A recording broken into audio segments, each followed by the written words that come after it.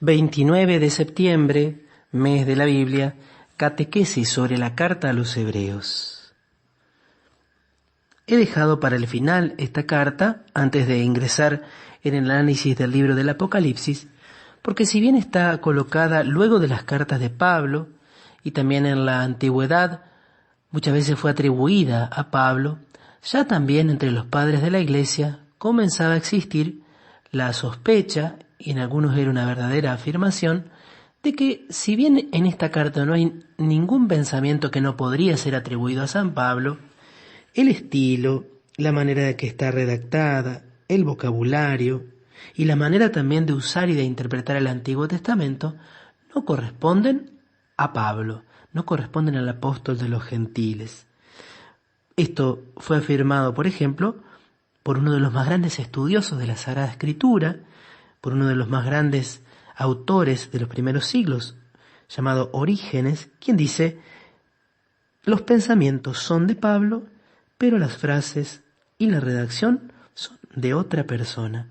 Únicamente Dios sabe quién escribió esta carta. Orígenes es un gran escritor cristiano del siglo III. Y esta carta, aunque tiene una conclusión en estilo epistolar, donde, como se acostumbra, hay saludos, hay recomendaciones concretas, se nombran también a personas, como en este caso a Timoteo. Este escrito da la impresión y tiene todo el aspecto de una homilía o sermón litúrgico. ¿A quién va destinado? Son personas que tienen necesidad de unas palabras de exhortación porque su fe estaba en peligro. Nuevamente aparece este tema tan clásico de la gran mayoría de las cartas que hemos ido analizando. Eran personas que después de un primer entusiasmo, de su conversión y de su entrega a Cristo, se habían dejado arrastrar por la fatiga y el desaliento. Esto hacía que había algunos que dejaban las asambleas litúrgicas y su formación cristiana dejaba mucho que desear. Por otra parte, como ya hemos visto en otras comunidades, las pruebas y persecuciones habían provocado el desconcierto, porque el Señor permitía esta oposición a su iglesia. El autor entonces de este escrito, de esta homilía de la carta a los Hebreos, los exhorta a seguir el camino que conduce desde este mundo perecedero al mundo celestial. Es una carta en la cual se va a hablar mucho del santuario celestial y del cielo y de la esperanza de los cristianos. Y para poder llegar allí, el autor presenta a Cristo como el sumo sacerdote. Ese es el gran tema de la carta a los Hebreos. Cristo es el sumo, el nuevo y el eterno sacerdote, que ha sellado la nueva alianza entre Dios y los hombres, y es aquel que la ha sellado con el nuevo, el único y el perfecto sacrificio. Y este Cristo ahora ejerce en el cielo una mediación eterna. Aparece Jesús entonces como aquel que ofrece el sacrificio, que ya no es con sangre de toros o de chivos, sino que es con su propia sangre, que ingresa en el santuario celestial, pero que también allí en el santuario celestial continúa siendo mediador, continúa ejerciendo su intercesión por todos nosotros. Esta carta entonces va a describir ese itinerario de la Iglesia en marcha hacia la tierra prometida, guiada por Jesucristo. También hay muchas comparaciones con los personajes e instituciones del Antiguo Testamento, pero siempre se destaca la suprema grandeza de Cristo y la superioridad de la nueva alianza con respecto a la antigua. También es otro tema que aparecía como amenazando la fe de los creyentes. ¿Cristo es o no es el Salvador definitivo? Entonces se habla en esta carta de la supremacía de Cristo por encima de todos los ángeles y por supuesto por encima de todas las figuras del Antiguo Testamento. ¿Quién es el autor de esta carta? No sabemos su nombre, pero podemos decir que es un judío helenista, un muy buen conocedor de la traducción griega del Antiguo Testamento. Recordar las primeras catequesis, que había muchos libros del Antiguo Testamento que habían sido escritos en hebreo y luego traducidos al griego, y otros que habían sido escritos directamente en griego. Este autor, por todas las referencias que los estudiosos logran descubrir, conoce y maneja muy bien, con mucha exactitud, la versión griega del Antiguo Testamento. Los destinatarios de esta carta son entonces cristianos provenientes del judaísmo. No tendría sentido, de otro modo, que el autor citara tantas veces los escritos veterotestamentarios y se esforzara entonces por mostrar que se han cumplido todas las profecías y que se ha alcanzado la plenitud en la persona de Jesucristo. En cuanto al lugar y fecha de la composición, es muy probable que esta carta haya sido escrita en Roma entre los años 70 y 80.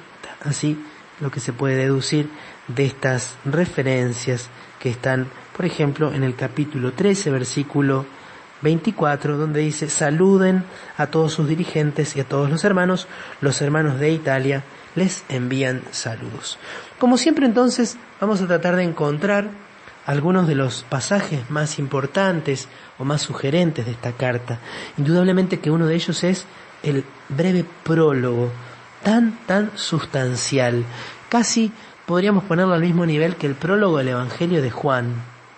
Dice allí: después de haber hablado antiguamente a nuestros padres por medio de los profetas, en muchas ocasiones y de diversas maneras, ahora en este tiempo final, Dios nos habló por medio de su Hijo, a quien constituyó heredero de todas las cosas y por quien hizo el mundo. Y ahora vienen algunas afirmaciones sobre Cristo, ¿sí? Mostrando una cristología muy avanzada, muy evolucionada. Él es el resplandor de su gloria y la impronta de su ser. Él sostiene el universo con su palabra poderosa y después de realizar la purificación de los pecados, se sentó a la derecha del trono de Dios en lo más alto del cielo. Así llegó a ser tan superior a los ángeles cuanto incomparablemente mayor que el de ellos es el nombre que recibió en herencia. Entonces Cristo aparece ya en la creación, Cristo sosteniendo el universo con su palabra poderosa, Cristo realizando la purificación de los pecados a través de su Pascua. Se afirma entonces en el capítulo 1, citando muchos textos del Antiguo Testamento, la superioridad de Cristo sobre los ángeles y sobre todas las demás criaturas. Se habla también allí en el capítulo 2 de la redención. Y a partir del capítulo 3 comienza a hablarse del sacerdocio de Cristo. Comienza a llamarse a Jesús apóstol y sumo sacerdote de la fe que profesamos. Se lo menciona como superior a Moisés y se habla de él como el sumo sacerdote insigne que penetró en el cielo. Pero este sacerdote no es incapaz de compadecerse de nuestras debilidades. Al contrario, fue sometido a las mismas pruebas que nosotros, a excepción del pecado. La Iglesia ha tomado esta expresión al hablarnos de la encarnación, igual a nosotros en todo, menos en el pecado. Capítulo 4, versículo 15. Y en el capítulo 5 encontramos también un texto muy hermoso, donde se nos habla de la obediencia de Cristo y que remite necesariamente a la escena de Getsemaní. Él dirigió durante su vida terrena súplicas y plegarias con fuertes gritos y lágrimas a aquel que podía salvarlo de la muerte y fue escuchado por su humilde sumisión. Se continúa a partir del capítulo 6 hablando del sacerdocio y del sacrificio de la nueva alianza. ¿Cómo fue ese sacrificio? Se nos dice que el sacerdocio de Cristo no es del orden de Aarón, sino del orden de Melquisedec, y se compara el culto del Antiguo Testamento y el culto del Nuevo, marcando por supuesto la superioridad del culto del Nuevo Testamento. Finalmente, la carta, a partir del capítulo 10, versículo 19, incluye una serie de exhortaciones a los discípulos, una invitación a la perseverancia, una invitación a vivir en el amor de Cristo. Recuerden que estamos rodeados de una verdadera nube de testigos, capítulo 12, versículo 1, despojémonos de todo lo que nos estorba y corramos resueltamente al combate que se nos presenta.